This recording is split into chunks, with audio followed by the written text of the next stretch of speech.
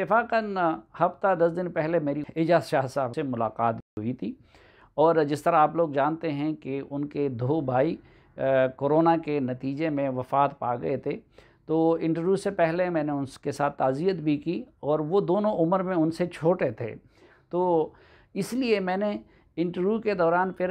उनके साथ ज़्यादा सख्ती भी नहीं दिखाई, क्योंकि एक तो उनके भाइयों का गम था, फिर उस वक़्त मैंने उसकी ताज़ियत भी की, उनका तफ़सील के साथ तज़किरा भी हुआ। लेकिन मैंने उधर महसूस किया कि एक तो एजाज़ शाह साहब अब उम्र के इस हिस्से में आ गए हैं कि ये वज़ारत चलाना उनके बस का काम नहीं है, और हकीकत भी यही है कि वो बराए नाम वज़ीर रह गए हैं, और सारे जो इंटीरियर मिनिस्ट्री के इख्तियारात हैं वो तो शहज़ाद अकबर साहब को दे दिए गए हैं या फिर दूसरे लोगों के हाथ में हैं, लेकिन एजाज़ शाह साहब नॉमिनल वज़ीर रह गए हैं। अब जब नॉमिनल वज़ीर भी रह गए हैं, लेकिन एजाज़ शाह साहब की एक माज़ी भी है, वो परवेज़ मुशर्रफ के साथ रहे, उन पे मुस्लिम लीग क़ाब को बनाने का इल्ज़ाम है। फिर बेनज़ीर भुट्टो साहिबा ने भी उनसे मुतालिक पहले से मुतनब्बे किया था कि अगर उन पे हमला हुआ तो उसमें जो जो लोग मुलव्विस होंगे, उसमें एजाज़ शाह साहब का भी उन्होंने नाम लिया था। तो पहली बात तो ये है कि उनकी खूबियाँ अपनी जगह, उनकी ज़ाती शराफ़त अपनी जगह पे, लेकिन इस तरह के मुतनाज़ा बंदे को इस मौका पे वज़ीर दाखिला बनाना ही नहीं चाहिए था। फिर अगर वो बने हैं तो उनको अपनी ज़ुबान के इस्तेमाल में भी बड़ी एहतियात से काम लेना चाहिए। अब पहले मेरे साथ इंटरव्यू में उन्होंने ये बात कह दी कि ये जो मुस्लिम लीग नून वालों ने जो मौक़िफ़ अपनाया हुआ है, उसके नतीजे में उनके लिए सिक्योरिटी का मसला बन सकता है, और मैंने उनके साथ बात आगे नहीं बढ़ाई, क्योंकि मुझे उस वक़्त यकीन था कि इसको मैं मज़ीद अगर उनके साथ आगे बढ़ाऊँगा तो इस तरह की वो मज़ीद बातें कर सकते हैं। लेकिन अब जो उन्होंने बात की है वो इंतहाई नामुनासिब और ज़ख्मों पे नमक छिड़कने वाली बात है। आप एएनपी की सियासत से हज़ार इख्तिलाफ़ कर सकते हैं, लेकिन हकीकत ये है कि अवामी नेशनल पार्टी की क़यादत ने और कारकुनों ने वॉर ऑन टेरर के ख़िलाफ़ जितनी कुर्बानियाँ दे दी, वो किसी और जमात ने नहीं दी हैं। अब पहली बात तो ये है कि यहाँ पे हुकूमत लगी हुई और अपोजिशन को इंडियन मकासद के लिए इस्तेमाल होने वाली तहरीक साबित करने की कोशिश कर रही है। दूसरी तरफ उन लोगों पे गद्दार के हुकूमत की तरफ से फतवे लग रहे हैं। लेकिन ये जंग किसकी थी?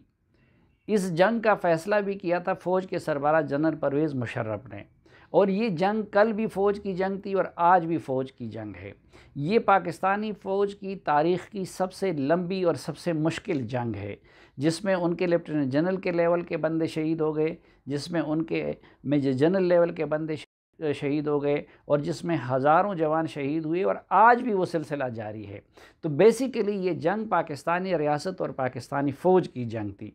अब एक तो तारीख़ से साबित है और रिकॉर्ड मौजूद है कि इमरान खान साहब ने फ़ौज के इस जंग को न कभी ऑन किया, न कभी उसकी तायीद की, बल्कि अपनी किताब में उन्होंने इस तरह की चीज़ें लिखी हैं कि ये जंग तो अमेरिकी डॉलरों के लिए की गई, और स्वात ऑपरेशन भी अमेरिकी डॉलरों के लिए किया गया, और फ़लाँ और ये। लेकिन अवामी नेशनल पार्टी जो कि ख़ारजा पॉलिसी से मुतालिक एक और नुक्ता नज़र रखती थी, उसने फ़ौज के शाना बशाना इस जंग को ऑन किया। गलती थी या सही था स्ट्रेटजी के लिहाज से।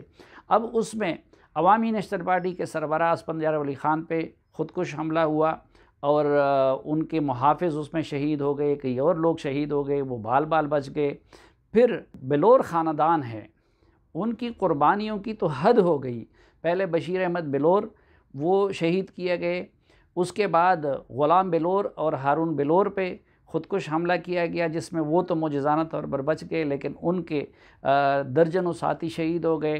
फिर उसके बाद हारून बिलोर को शहीद किया गया, और आज भी बिलोर ख़ानदान के लोग हिट लिस्ट में टॉप पे हैं। मियाँ इफ्तिखार हुसैन साहब का मामला वो तो इंतहाई दर्दनाक है कि एक ही अकलौता उनका बेटा था और वो शहीद किए गए, और फिर जब उनका फातिहा खानी हो रही थी, ताज़ियत के लोग आए हुए थे, तो उनके हुजरे में फिर ख़ुदकुश हमला किया गया, जिसमें मियाँ साहब तो शुक्र है बच गए, लेकिन उनके दर्जनों साथी उस हमले में लुक़माए अजल बन गए। यही मामला एएनपी के दूसरे लीडरों का है। उनके एमपीए शमशेर ख़ान इसमें शहीद हो गए, उनके एक और एमपीए आलमज़ेब इसमें शहीद हो गए, और सबसे मैं ख़ुद उस तकरीब में मौजूद था कि शहादत से पहले हारून बिलोर साहब को जीएचक्यू में योम शुहदा की तकरीब में बुलाया गया था और वहाँ पे किसी सिविलियन के लिए जो सबसे ज़्यादा तालियां बजी तो वो हारून बिलोर साहब के लिए थी। उस वक़्त बशीर बिलोर साहब को जो फ़ौज की तरफ से एज़ाज़ दिया गया था उसकी बुनियाद पे उनको वहाँ पे बुलाया गया था। अब इमरान ख़ान साहब की हुकूमत में एक शख्स जो कि परवेज़ मुशर्रफ की हुकूमत का भी हिस्सा रहे, जो कि साबिक़ फ़ौजी भी है, उनकी तरफ से इस तरह की बात करना कि जी एएनपी को अपने मौक़िफ़ की वजह से वो दिन देखना पड़ा और फिर उसकी मिसाल दे के मौजूदा अपोजिशन को तड़ी देना, मेरे ख़्याल में ये इस मुल्क के साथ खिलवाड़ से कम मामला नहीं है और उन शुहदा के रूहों को तड़पाने और ख़ुद एएनपी के रहनुमाओं और कारकुनों के ज़ख्मों पे नमक छिड़कने के मुतरादिफ है। आप इससे अंदाज़ा लगा लीजिए कि इस वक्त भी हुकूमत इमरान ख़ान साहब की है, वज़ीर आला महमूद ख़ान साहब है, लेकिन रीग्रुपिंग के बाद टीटीपी ने जो हिट लिस्ट निकाली है उसमें बदकिस्मती से मियाँ इफ्तिखार हुसैन साहब और आफ्ताब शेरपाव साहब जैसे लोग वो सर फ़हरिस्त हैं। तो इन हालात में इस तरह का बयान देना फिर वफाकी वज़ीर दाखिला की तरफ से, और बदकिस्मती ये है कि इतने दिन गुज़र गए एएनपी के और दीगर लोगों के चीख पुकार की बुनियाद पे ना तो एजाज़ शाह साहब ने माजरत की, ना उनके ख़िलाफ़ कोई कार्रवाई हुई, ना उस पर ISPR की तरफ से कोई रद्द-ए-अमल आया, ना वज़ीर आज़म ना वज़ीर इत्तलाआत ने उस हवाले से कोई बात की। अब सवाल ये है कि वो जंग खुदा न खास्ता खाक बदहम दोबारा गर्म होने जा रही है और आप अगर उस सियासी क़ुव्वत का